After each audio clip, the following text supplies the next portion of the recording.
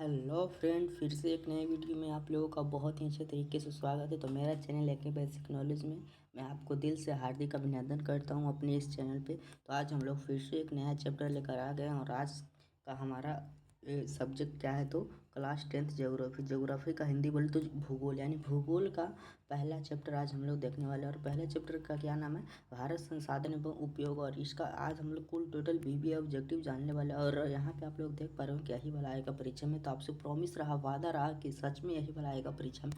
तो आप लोग अपने दोस्त के पास शेयर कर दिए। तो चलिए आज हम लोग आज का फर्स्ट क्वेश्चन जानते हैं।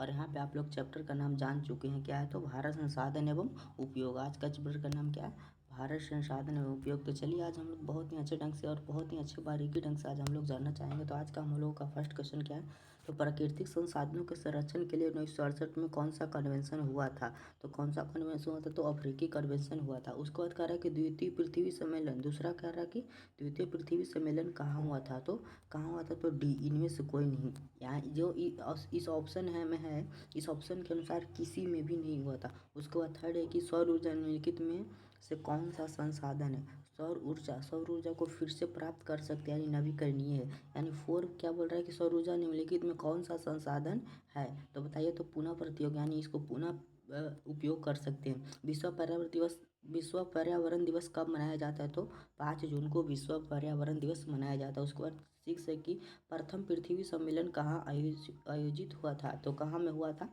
छठा का क्या हो जाएगा, आप लोग बहुत ही अच्छे, रियो डी जेनेरिया में हो जाएगा। उसके बाद हम लोग अब 7 नंबर क्वेश्चन पर यहाँ पे देखेंगे कि 7 नंबर क्वेश्चन बोल रहा है कि निम्न में कौन अनवीकरणीय संसाधन है। तो बताइए, तो जीवाश्म ईंधन को फिर से प्राप्त नहीं किया जा सकता। उसके बाद 8 नंबर क्वेश्चन यहाँ पे बहुत ही अच्छे ढंग से हम लोग देखेंगे कि 8 नंबर नहीं, मतलब ये उसी के अंतर्गत है, प्राकृतिक संसाधन है उसी में है। और ये पूरा टोटल ऐसे ही चैप्टर बाय चैप्टर करके, मतलब ऐसे पूरा बोले तो बेस के आधार पर 5 क ख ग घ अंग तक दिया है वो, यानी तो 5 ऐसे करके है। प्राकृतिक पहला संसाधन आता है। उसके बाद है फर्स्ट की सोपानी कृषि प्रचलित है। ये नहीं समझना कि दूसरा चैप्टर हो गया, नहीं, ऐसा नहीं है, ये फर्स्ट चैप्टर में ही है। सोपानी कृषि प्रचलित है। तो सोपानी कृषि कहाँ प्रचलित है, आप लोग को बहुत ही अच्छे तरीके से पता होना चाहिए। सोपानी कृषि कहाँ प्रचलित है, तो उत्तराखंड में। उसके बाद दूसरा है कि पंजाब में भूमि निम्नीकरण के मुख्य कारण क्या है, तो ज़्यादा सिंचाई होता है इसलिए कारण। हाँ, तीसरा है कि काली मिट्टी उपयुक्त है, काली मिट्टी कपास के लिए उपयुक्त है। काली मृदा का दूसरा नाम क्या है, काली मृदा का दूसरा नाम क्या है, तो रेगुड़ मृदा। उसके बाद 5वां नंबर है कि मेढक के प्रजनन को नष्ट करने वाला रसायन क्या है, तो क्या है रसायन, तो एंड्रीन है। क्या है, एंड्रीन। 5 का सी बिल्कुल ही करेक्ट हो जाएगा। उसके बाद छठा है कि मरुस्थलीय मृदा किस राज्य में पाई जाती है, तो राजस्थान में। उसके बाद हम लोग देखिए यहाँ पे ख में आता है जल संसाधन, उसी फर्स्ट चैप्टर के अंतर्गत ही है। भारत में सबसे लंबा बांध क्या है, तो हीराकुंड बांध है। क्या है, हीराकुंड बांध है सबसे लंबा बांध। उसके बाद है कि सेकंड नंबर, गोविंद सागर कृत्रिम जलाशय संबंधित कहाँ है। गोविंद सागर कृत्रिम जलाशय कहाँ है, तो बताइए कहाँ है, तो भाखड़ा नागला बांध से है, ठीक ना, संबंधित है। तो तीसरा हो गया, बृहद क्षेत्र में जल की उपस्थिति के कारण ही पृथ्वी को कहते हैं, यानी ज़्यादा पानी के कारण पृथ्वी को क्या कहते हैं, तो नीला ग्रह कहते हैं। उसके बाद फोर्थ नंबर है कि देश में सर्वाधिक वर्षा कहाँ होती है। तो देश में सर्वाधिक वर्षा कहाँ होती है, तो मानसीन राम में होती है, मानसीन राम में होती है। उसके बाद पचपा है कि प्राणियों के शरीर में कितनी प्रतिशत जल की मात्रा निहित होती है, तो 65%। 5 का कितना हो जाएगा, 5 का सी। उसके बाद 6 है कि नर्मदा घाटी परियोजना किन राज्यों से संबंधित है। तो बताइए किन राज्यों से संबंधित, तो MGM। यहाँ पे क्या हो जाएगा, डी हो जाएगा। देखिए MGM मैं बोला ना, MGM, तो एम से हो गया क्या, मध्य प्रदेश। एम फिर जी से क्या हो गया, गुजरात। और एम से फिर हो गया क्या, तो महाराष्ट्र। यानी छठा का डी ऑप्शन बिल्कुल ही करेक्ट हो जाएगा। उसके बाद 7 नंबर क्वेश्चन हम लोग देखेंगे यहाँ पे कि 7 नंबर क्या बोल रहा है कि देश के बांधव किसने भारत का मंदिर कहा था, तो पंडित नेहरू ने, यानी पंडित जवाहरलाल नेहरू ने। उसके बाद 8 है कि हीराकुंड परियोजना किस नदी पर है। हीराकुंड परियोजना किस नदी पर, महानदी पर है या नदी पर है, तो महानदी पर, महानदी नदी पर है। क्या, तो हीराकुंड परियोजना। 8 का कितना ऑप्शन, बिल्कुल ही ए ऑप्शन बिल्कुल करेक्ट हो जाएगा। 9 है, भारत में सबसे बड़ा मानव निर्मित जलाशय क्या है, यानी मानव के द्वारा बना क्या है, तो गोविंद बल्लभ पंत सागर। क्या हो जाएगा, 9 का बिल्कुल करेक्ट आंसर सी हो जाएगा। 10 बोल रहा है कि बिहार में अति जल दोहन से किस तत्व का संकेंद्रण बढ़ा है, तो आर्सेनिक का। 10 का सी बिल्कुल करेक्ट आंसर हो जाएगा। उसके बाद डी ग में आता है यहाँ पे वन एवं वन्य प्राणी संसाधन के अंतर्गत पहला नंबर क्वेश्चन क्या है, देखिएगा यहाँ पे पहला नंबर क्वेश्चन क्या बोल रहा है कि निम्न राज्यों में से किसमें सर्वाधिक वन क्षेत्र है तक, यानी कौन राज्य ऐसा है जो ये चारों में दिया, कौन ऐसा राज्य है जिसमें सबसे ज़्यादा क्या है, वन है। तो बताइए कहाँ है, तो मध्य प्रदेश में ज़्यादा वन है। उसके बाद सेकंड नंबर देखिए, हम लोग यहाँ पे क्वेश्चन जानेंगे कि सेकंड नंबर क्या कहता है। यहाँ पे देखिए सेकंड नंबर क्या क्वेश्चन बोल रहा है कि सेकंड नंबर आयुर्वेद का जनक किन्हें कहा जाता है, आयुर्वेद का जनक किन्हें कहा जाता है बताइए। तो आयुर्वेद का जनक किन्हें कहा जाता है, ये बहुत ही इंपॉर्टेंट क्वेश्चन है, तो चारक को कहा जाता है। उसके बाद तीसरा है कि सुंदरवन है, सुंदरवन कहाँ है, तो सुंदरवन पश्चिम बंगाल में। चौथा है कि भारत का राष्ट्रीय पक्षी कौन है, ये तो बहुत ही अच्छा आसान है, मयूर है। मयूर को ही कहते हैं मोर। पाँच को देखिए वन संरक्षण एवं प्रबंधन की दृष्टि से वनों को कितने वर्गों में वर्गीकृत किया गया है, 5 का बिल्कुल करेक्ट आंसर बताइए, तो 3 वर्गों में। उसके बाद छठा क्या है कि देखिए एक NGO की वानिकी रिपोर्ट के अनुसार 1948 में विश्व में कितने हेक्टेयर भूमि पर वन का विस्तार था बताइए। 6 का बिल्कुल ही करेक्ट आंसर क्या होता है, 400 करोड़ हेक्टेयर पर। उसके बाद देखिए 7 नंबर क्वेश्चन हम लोग यहाँ पे देखेंगे कि 7 नंबर बहुत ही आसान है, और संविधान की धारा 21 का संबंध है बताइए, ये तो बहुत ही आसान है। तो क्या, वन्य जीवों तथा प्रकृति संसाधनों के संरक्षण से। 8 है कि भारत का कान्हा राष्ट्रीय पार्क प्रसिद्ध है बताइए, 8 तो किसके लिए, तो बाघ के लिए। 9 है कि देखिएगा 9 में यहाँ पे वर्कनील में कौन सा जानवर केवल भारत में ही पाया जाता है, तो डॉल्फिन। 10 है कि गिर राष्ट्रीय उद्यान का है, गिर राष्ट्रीय उद्यान का है, तो गुजरात में। उसके बाद 11 है कि नंदा देवी राष्ट्रीय उद्यान का है, 11 बताइए बिल्कुल करेक्ट आंसर क्या हो जाएगा, उत्तराखंड में है। उसके बाद 11 हो गया।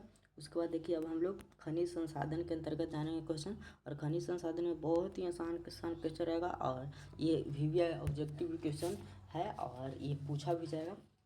तो चलिए इसको हम लोग बहुत ही अच्छे से जानेंगे। फर्स्ट नंबर क्वेश्चन बोल रहा है क्या कि निम्नलिखित खनिजों में कोडर्मा किससे संबंधित है, कोडर्मा बताइए, कोडर्मा किससे संबंधित है, तो अभ्रक से। दूसरा है कि लौह अयस्क है, लौह अयस्क को पुनः प्राप्त कर सकते हैं या नहीं, तो नहीं कर सकते, अनवीकरणीय संसाधन है। तीसरा है कि भारत का सबसे बड़ा लौह अयस्क उत्पाद राज्य कौन सा है, तो सबसे बड़ा कहाँ है, तो लौह के लिए यानी लोहा के लिए तो उड़ीसा है। सबसे बड़ा कहाँ है, तो उड़ीसा। कहाँ होगा, लोहा के लिए तो उड़ीसा। उसके बाद चौथा है कि किस खनिज को उद्योगों की जननी कहा जाता है, किस खनिज को उद्योगों की जननी कहा जाए, तो लोहा को। पाँचवा है कि निम्न में से कौन लौहयुक्त खनिज का उदाहरण है, लौहयुक्त यानी जिसमें लोहा युक्त होता है, यानी पाँचवा का कितना हो जाएगा, पाँचवा का बताइए अभ्रक में। छठा है कि एल्यूमिनियम बनाने के लिए किस खनिज की आवश्यकता पड़ती है, तो बॉक्साइट की। उसके बाद देखिए 7 नंबर क्वेश्चन हम लोग यहाँ पे देखेंगे। 7 नंबर क्वेश्चन बहुत ही आसान है। 7 नंबर पीतल बनाया जाता है तो किससे, तांबा और जस्ता दोनों से। 7 का सी। और देखिए यहाँ पे 8 के बोल रहा है कि 1 टन इस्पात बनाने में कितने मैग्नीज का उपयोग होता है, 1 टन के लिए 1 टन इस्पात बनाने में कितने मैग्नीज का उपयोग होता है बताइए। 8 का क्या ऑप्शन हो जाएगा, तो 10 किलोग्राम। उसके बाद 9 है कि भारत में किस खनिज का अभाव है, यानी कमी है। अभाव मतलब क्या होता है, कमी। तो 9 का बताइए, तो लेड का यानी पारा का। लेड यानी शीशा, पारा यानी शीशा। बॉक्साइट का सबसे बड़ा उत्पादक राज्य, बॉक्साइट सबसे ज़्यादा कहाँ होता है, तो 10 का तो उड़ीसा में सबसे ज़्यादा होता है। 11 देखिए निम्न में कौन कार्बनिक खनिज है, निम्न में कौन कार्बनिक खनिज है। 11 का बताइए, 11 का क्या हो जाएगा, तो कोयला। उसके बाद देखिए अब हम लोग आगे जानेंगे, ये सब लघु उत्तरीय प्रश्न ये सब इंपॉर्टेंट है, आप लोग देख लीजिएगा, आपको एक बार दिखा देते हैं, और ये सब आप लोग याद कर लीजिएगा, तो स्क्रीनशॉट ले लीजिएगा, हो गया होगा। तो चलिए अब हम आगे बढ़ते हैं। उसके बाद देखिए, और यहाँ पे हम लोग देखिए आगे में पहुँच गए हैं, शक्ति संसाधन ये चैप्टर है, और इससे बहुत ही इम्पोर्टेंट ये है। तो चलिए अब हम जानेंगे प्राकृतिक गैस पाई जाती है बताइए, प्राकृतिक गैस कहाँ पाई जाती है, तो खनिज तेल के साथ। दूसरा है किस निम्न में से कौन एशिया का सबसे बड़ा परमाणु शक्ति केंद्र है, तो बताइए, तो तारापुर। दूसरा का 1 नंबर ऑप्शन बिल्कुल करेक्ट हो जाएगा। तीसरा बोल रहे कि भारत का प्रथम तेल शोधक कारखाना स्थित है, तो डिगबोई में। क्या होगा, डिगबोई में। उसके बाद चौथा बोल रहा है कि क्या बोल रहा है कि सर्वोत्तम कोयले का प्रकार कौन सा है तो एंथ्रासाइट। सबसे बेकार बोलेगा तो पीट। उसके बाद पाँचवा है कि सबसे घटिया कोयला है तो क्या, पीट। उसके बाद छठा है कि भारत में कोयले का सर्व प्रमुख उत्पाद राज्य क्या है तो झारखंड। क्या हो जाएगा, झारखंड। छठा का भी बिल्कुल ही करेक्ट ऑप्शन हो जाएगा। उसके बाद देखिए यहाँ पर हम लोग जानेंगे सातवां बोल रहा है कि हीराकुंड बांध है। हीराकुंड बांध कहाँ है तो उड़ीसा में, उड़ीसा में। उसके बाद देखिए 8 का बोल रहा है कि तारापुर ऊर्जा केंद्र है महाराष्ट्र में। उसके बाद 9वां बोल रहा है, क्या बोल रहा है 9वां देखिए कि भारत के किस राज्य में सौर ऊर्जा के विकास की सर्वाधिक संभावनाएं हैं तो बताइए 9वां का क्या हो जाएगा, राजस्थान में। उसके बाद से कि ऊर्जा के मुख्य स्रोत है, ऊर्जा का मुख्य स्रोत क्या है, ये तो बहुत ही आसान है। तो क्या हो जाएगा, ऊर्जा का मुख्य स्रोत है कोयला भी है, पेट्रोलियम भी है, विद्युत, यानी डी, इनमें से सभी हो जाएगा। 11 बोल रहा है कि भारत में सबसे पुराना तेल भंडार कहाँ है। सबसे पुराना बोल रहा है तो सबसे पुराना तेल भंडार कहाँ है तो डिगबो ही है ना, पर भी बताए ना आपको। 12 है कि झारखंड के झरिया क्षेत्र में मुख्यतः क्या पाया जाता है तो कोयला। 13 है कि यूरेनियम का प्रमुख उत्पादक राज्य है, यूरेनियम का प्रमुख उत्पादक राज्य कौन है, जादूगोड़ा, यानी जादूगोड़ा कहाँ में है तो झारखंड में है।